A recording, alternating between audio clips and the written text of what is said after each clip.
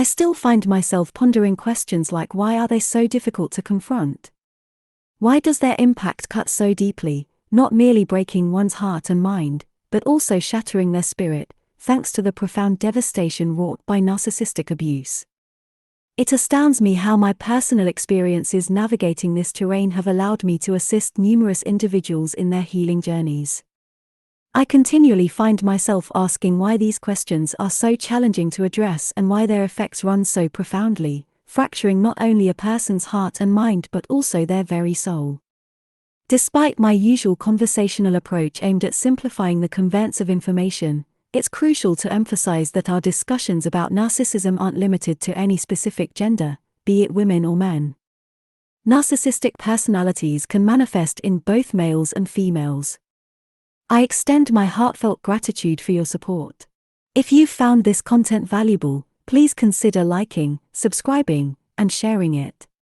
Your help in spreading this message to those who can benefit from it is greatly appreciated. Why does it require such an immense amount of effort and time to overcome this disorder? These inquiries have led me to recognize that dealing with narcissism resembles entering a hypnotic trance, akin to undergoing hypnotherapy. I've identified 3 analogous steps in both processes. When inducing someone into a hypnotic trance, the initial step involves capturing their attention and directing it inward, asking them to focus on their inner interests, for instance. Naturally, they start to breathe deeply, much like what occurs at the onset of a narcissistic relationship. The narcissist captivates your attention entirely, diverting your focus toward them. They create an illusion of an incredibly intense, flawlessly ideal, and unbelievably unrealistic relationship, to the extent that you begin falling head over heels for them. The moment you start feeling that they are the person you've been searching for your entire life, they become that person, and once they've successfully achieved that, they proceed to the second step. In hypnotherapy, the second step involves bypassing the critical factor. The critical factor represents a person's ability to distinguish between perceived threats and non-threats. It's akin to discerning right from wrong and involves asking questions like, will this work? Am I doing what I should be doing? What's happening now? Bypassing the critical factor is achieved by inundating it with a multitude of conscious style units. The mind is unable to process all of these simultaneously, stepping aside and allowing us to delve deeper into your psyche. When the narcissist senses that they've captured your attention, they begin to disrupt your life, ceasing to respond to your calls and messages. What was once intensely captivating in the beginning starts to fade. You're left feeling bewildered. You were promised an ideal life, yet the current reality is drastically different. This confusion impairs your ability to employ logic and reason. You're left in a state of disarray. Incredibly, you can find yourself deeply unsettled to the point where you become highly susceptible, all without even realizing it.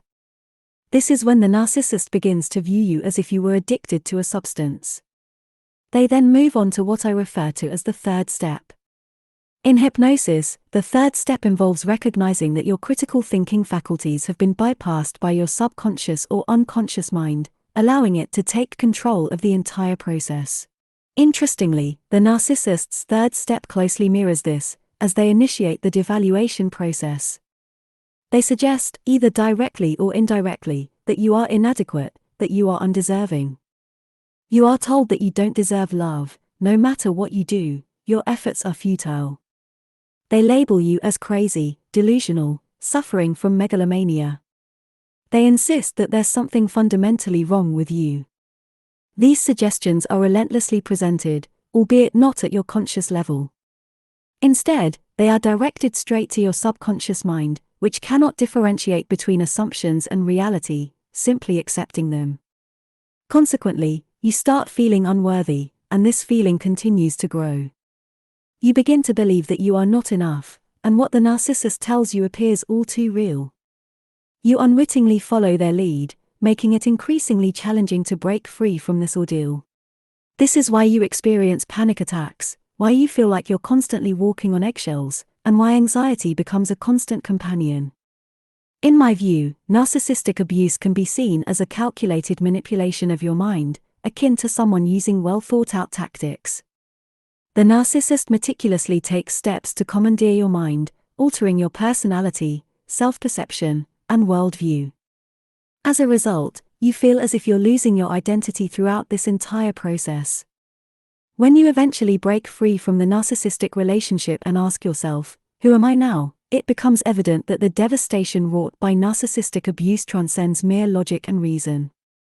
It runs deeper, influencing how you perceive. The pain stemming from the emotional burden you've carried is why seeking effective and specialized help is essential. Dog therapy or merely understanding what you've endured may not suffice to heal and overcome the effects of narcissism. It necessitates finding a powerful method that can help reprogram the deep-seated beliefs within your unconscious mind, breaking the bonds that have been formed. If you found this information helpful, please consider subscribing to the channel and liking the video. If you have any questions, feel free to ask in the comments section. Additionally, if you have any feedback or suggestions for the channel's improvement, please share them in the comments or send them directly to me.